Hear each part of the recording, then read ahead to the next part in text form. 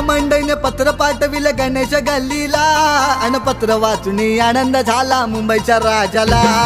पत्र वाचून आनंद झाला मुंबईच्या राजाला. पत्र वाचून आनंद झाला मुंबईच्या राजाला. अनेक रूपे घेऊन येतो माझा गणराया.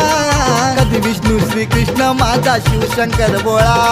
शिवशंकर भोळा शिवशंकर भोळा शिवशंकर भोळा शिवशंकर